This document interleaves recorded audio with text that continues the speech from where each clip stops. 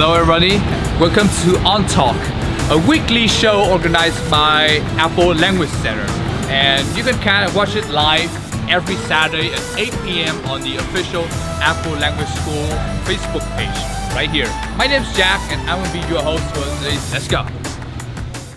Welcome back everyone to this week's On Talk, and welcome back Mr. Mike. Yeah, it's good to be back. So, in the last episode, we went over your daily routine and how it has changed during the coronavirus. And today, we would like to talk about probably one of the highlights of foreigners in Ha Long Bay, which is the cuisine or Vietnamese food.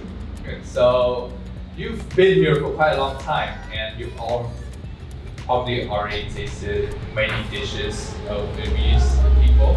And here on the table today, we have probably one of the most authentic and traditional Vietnamese street food, which is bread or banh mi. Sandwich. Yeah, sandwich. It's a sandwich. on French bread that's squeezed. Yeah, but it is delicious, by the way. It's making me hungry right now. You've already had, I hope, many of these in the past. Many, but they're all different. That's what I don't understand. I don't think there seems to be one recipe for a banh mi. Sometimes there's chicken, sometimes there's beef, sometimes there's this strange type of meat in there that I don't even know is meat. I like the vegetables. One of my favorite things is the cilantro there. And that's a nice savory type of bite that brings the banh mi a nice flavor. That's the beauty of it. Yeah. So before we go any further, would you mind having a bite just to see how today's banh mi is different? Not at all, and it looks fresh. It's still hot. It's still hot. Wow. All right, let's bite in.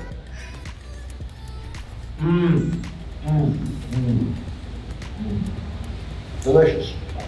This is the stuff I don't know. What is that? Beef, pork? That's dry pork. A little dry, but still delicious. Yeah.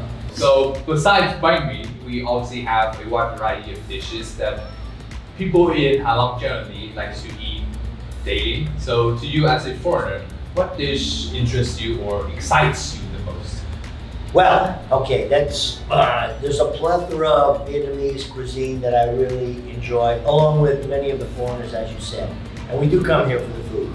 But I also want to say that my diet and my palate have changed over the past couple of years. When I first came here in 2012, I could not get enough of bún chả, and I had to have it. I had to have it every day. I mean, the aroma, the smell, the greasy, nice greasy, delicious with the bún and the little sauce on the side, fantastic. Well, now, 8 years later, I really can't eat it. I can't digest it. The pork is difficult for me. I'm a little bit older.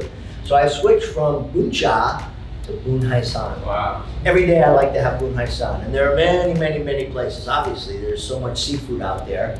You know, fish, bebe, I don't even know what it is in English. Crab, fish, crab, some shrimp, and then that weird bebe one. And I love that for breakfast.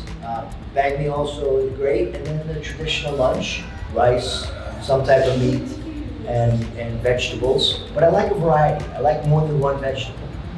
Yeah. Excellent choices. It's how we do it around here. Yeah. So you obviously you like the bún chả, you like the bún hai san. Yeah. So how about the iconic Vietnamese dish, the pho?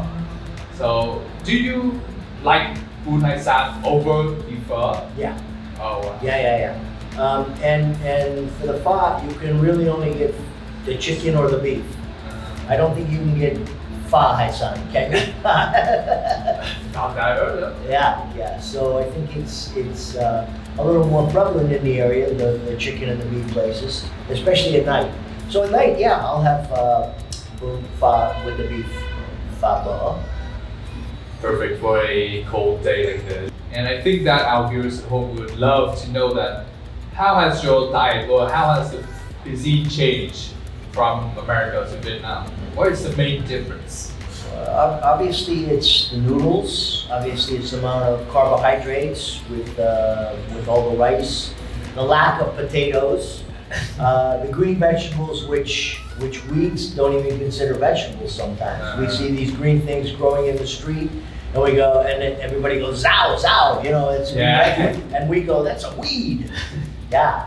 So I'm not really sure what's a vegetable and what's not, but that's a big change from the diet. A lot of people think because I'm American, they think, oh, you love McDonald's and Burger King and Lotteria. No, I don't. I'm really not a fan of fast food, and I've never been to KFC. Yeah. Well, for me. We do have that stereotype going around. Yeah, we Vietnamese people obviously want to make the most out of food. So. Yeah. Well, as a foreigner, was it difficult for you to adjust to the cuisine or the food here? Not at all. Wow. I love Asian food. I have loved Asian food ever since I was a little kid. And sushi from Japan, and bibimbap from Korea, the Chinese noodles, no problems. And so adjusting to the Vietnamese diet was easy. A piece of cake. Piece of cake, easy breezy, lemon squeezy. Yeah. What dish would you recommend to other foreigners or your friends if they're coming from America to visit Vietnam? Well, that depends if they want to go to northern Vietnam food, central Vietnam, or southern Vietnam food. I mean, you know, being Vietnamese, that the cuisine is all different in all parts of the area. For example, up north, they take the spring roll and they fry it. And they put it in, well, you know what they put in. They put it in noodles, or they put it in over rice, and they're deep fried. Well, down in the south, they're fresh, and you can find them fresh here, but they're made out of a nice, on a plate platter like this, all the fresh vegetables inside, but instead of the bread, they wrap it up, and quite refreshing. Low in calories because it's not fried. A lot easier to eat for me. So the fresh spring roll is delicious. Like when you go to Vietnam, like, is there a dish that you cannot understand why Vietnamese people like it, but you yourself can't enjoy it? Yeah. Without a doubt, there's a couple of them. I mean, the one that comes to mind immediately would be the stomach, intestine, whatever that is. I don't even know how to say it. And there's no way that I would be able to eat that. Okay. Yeah. What is that, by the way? Is it stomach? Is it intestine? Stomach. Is it? No. So it's been a pleasure talking to you. Yeah. And bet the folks who can't wait to see you again on air. So as usual, before we end the show, there's obviously a question, just like last week. So, so Mr. Mike, please give the question of today. Well, I'll tell you, since we talked, the theme has been food. So since we talked about food today, here's a tricky one.